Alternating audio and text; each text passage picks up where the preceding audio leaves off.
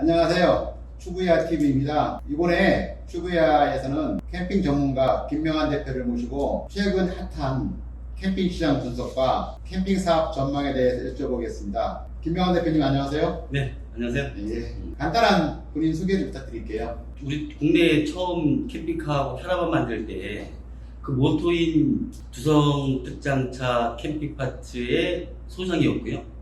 그리고 나서 뭐 매일경제에서 강의도 했고, 한림대학원, 그다음에 호남대학교, 캠핑 관련해가지고 강의했던 기억이 나고요. 그다음에 오토캠핑 연맹의 사무총장이었습니다. 그러니까 운영하셨던 캠핑장과 컨설팅 하셨던 캠핑장은 어디가 있을까요? 제가 한 10여 년 전부터 캠핑장을 운영을 했던 곳인데, 단 저는 오토캠핑을 운영을 했던 게 아니고 글램핑이나 캐러반 캠핑장을 위주로 많이 운영을 했었어요. 근데 시대의 흐름에 따라, 변천에 따라 제가 운영하는 캠핑장들이 거의 한 50~60%는 지금 현재 없어진 상황이고요. 지금 기존에 운영되고 있는 캠핑장은 골드CC 골프장에서 최초로 운영하는 그런 캠핑장, 그리고 아산 밤소리 글램핑, 이런 곳이 있을 것 같고요. 그 다음에 하나 오토 캠핑장도 제가 관여해서 만들었던 곳입니다. 지금 시장은 어떻게 보시는지요? 시장은 코로나 시장에서 전반적인 어떤 업종이 침체되어 있어서 캠핑장이 잘 되는 것처럼 보이는데, 예나 지금이나 캠핑장은 주말은 아주 잘 되고 있고요. 그 다음에 이제 평일날은 모객하기가 힘들어서 평일날은 예나 지금이나 똑같다고 보시면 됩니다.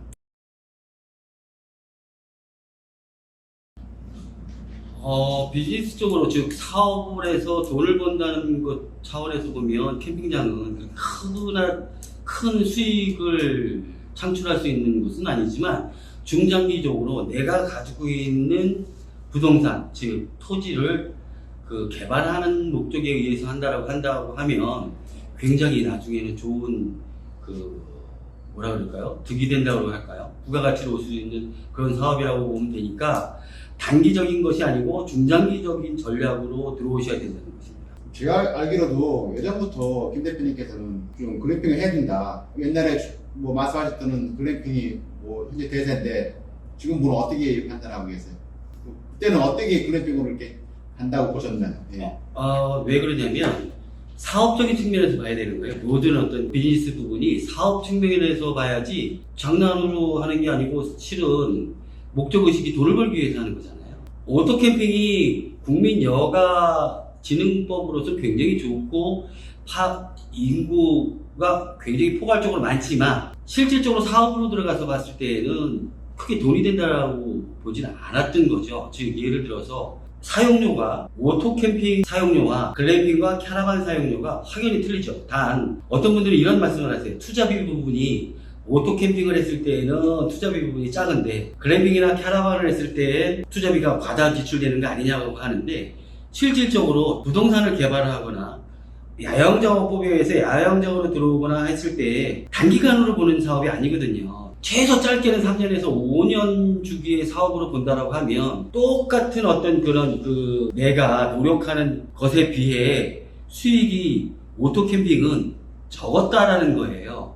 그리고 향후 전략적으로 가족 중심의 캠핑장으로 돌아오면서 오토캠핑이 굉장히 불편하다고 느낀 것이죠. 즉 화이트 칼라가 됐든 블루 칼라가 됐든 일주일 동안 열심히 회사에서 근무하고 노력하고 일을 하고 난 이후에 오토캠핑, 즉 편안하게 가는 것이 아니고 내가 가서 텐트를 치고 또 여러 가지의 어떤 그런 가족을 위해서 만드는 노력이 남을 위한 배려가 되는 거지 나를 위한 힐링이 아닌 거였던 거거든요. 그래서 저는 비즈니스, 즉 사업적인 측면에서 토지 개발도 마찬가지죠. 여기 모든 포괄적인 걸로 따져보면 글램핑이나 캐러반이 가장 적합하다 생각했던 거고요. 특히 우리나라 국민은 불편한 걸 싫어합니다. 초기에는 무슨 아이들과 어떤 옹기종기 앉아가지고 텐트 치고 음식을 만들어내는 어떤 그런 부분이 유행했던 그런 경우가 있지만, 지금은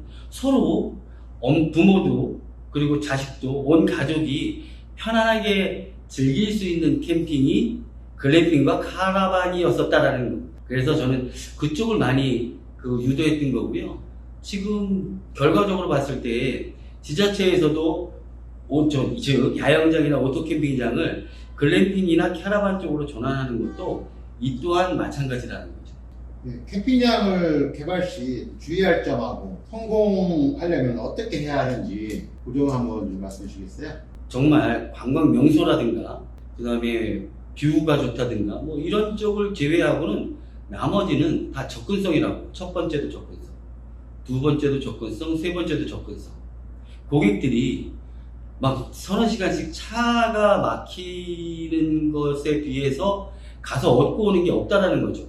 그리고 가장 핵심적인 게 접근성과 그 다음에 평일날 매출을 올릴 수 있는 단체 고객을 받을 수 있는 시스템이라는 거예요. 즉 간단한 운동장과 간단한 미팅 등이 있어야지 그래야 평일날 올 수 있는 단체 고객을 받을 수 있다는 거죠. 여름휴가철 빼놓고 나머지 평일날 쉬는 우리 국민은 불과 한 3%밖에 안 됩니다. 그래서 평일날 목액할 수 있는 단체들이 와서 우리 캠핑장을 이용하고 사용하고 할 수 있는 시스템을 만들어야 된다는 것입니다. 캠핑장을 좀 만들고 싶어 하시거나 사업을 하시고 싶은 분들 일단은 토지 규모하고 투자 금액은 어느 정도로 갖고 있어야 되나요? 저는 좀 전에 이제 우리 서두에서 말씀드렸다시피 오토 캠핑장은 제가 될 수 있으면 하시지 말라고 권유를 드리고요. 캐러반이나 글램핑을 했을 때 기본적으로 10개 하나 20개 하나 투자 대비 운영 관리비라든가 이런 건 거의 똑같다고 보면 됩니다. 그러니까 수익률에 봤을 때 글램핑이 됐던 캐러반이 됐던 20개 객실이 들어간다고 보면 최소 1,500평 이상, 기본적으로 한 2,000평 정도가 가장 적합하다고 생각을 하고요. 캠핑장을 투자할 때에는 기존에 여러분들이 가지고 있는 대지우에다가 캠핑장을 만들 건 아니잖아요. 산지나 농지나 도로 3m 이상 되는 도로만 내 땅에 접목이 되어 있다고 하면 중장기적으로 부동산을 개발을 해서 그게 나중에 경기가 좋았을 때는 이거 캠핑장보다 더 좋은 수익을 창출할 수 있는 인허가를 받기 편한 그런 쪽으로 전초 기지로 활용을 하는 것이죠. 야영장으로서 해가지고 돈을 많이 번다, 투자 대비해서 그렇게 돈을 많이 번다라는 개념으로 들어오시게 되면 나중에는 이제 후회하실 겁니다. 즉 부동산을 중장기적으로 개발을 한다고 보시면 될 것 같습니다. 그럼 1,500평에서 2,000평이면 일단은 토지값은 제외하고 시설비는 어떤 시설이 들어가고 금액은 어느 정도가 투자가 돼야 되나요? 네, 야영장업을 허가를 내려고 하면 그러니까 유원지로 들어가든가 아니면 관광농원으로 들어오든가 아니면 일반적으로 야영장업을 허가를 받아야 되는데 거기에 적합하게 야영장이 됐든 모든 평균적으로 법적으로 시설을 설치하라는 것이 있습니다. 즉 공동화장실과 샤워장, 개수대 이런 것들이 있기 때문에 그런 거를 제외하고 글램핑을 한다 그랬을 때는 내부에 화장실 포함해서 적게는 2,000, 또 어느 정도 시설을 갖춘다면 한 2,500. 그리고 캐러반 같은 경우는 4인 이상 5, 6인용으로 캐러반과 데크 내부에 있는 수저젓갈 밥솥 이런 것까지 다 포함을 한다고 하면 한 동당 거의 4,000에서 4,500 정도를 보시면 될 것 같고요. 그래서 20동을 평균적으로 따져봤을 때 글램핑으로 갔을 때는 예를 들어서 20개다 그러면 4억에 기본적으로 토목하고 정화조 먹고 전기 끌고 어쩌고 저쩌고 하게 되면 거의 한 5억, 6억 정도가 들어간다고 보시면 되고요. 캐러반으로 갔을 때는 곱하기 20에 8억이니까 토목 어쩌고 저쩌고 하게 되면 10억 정도가 투자된다고 보시면 될 것 같습니다.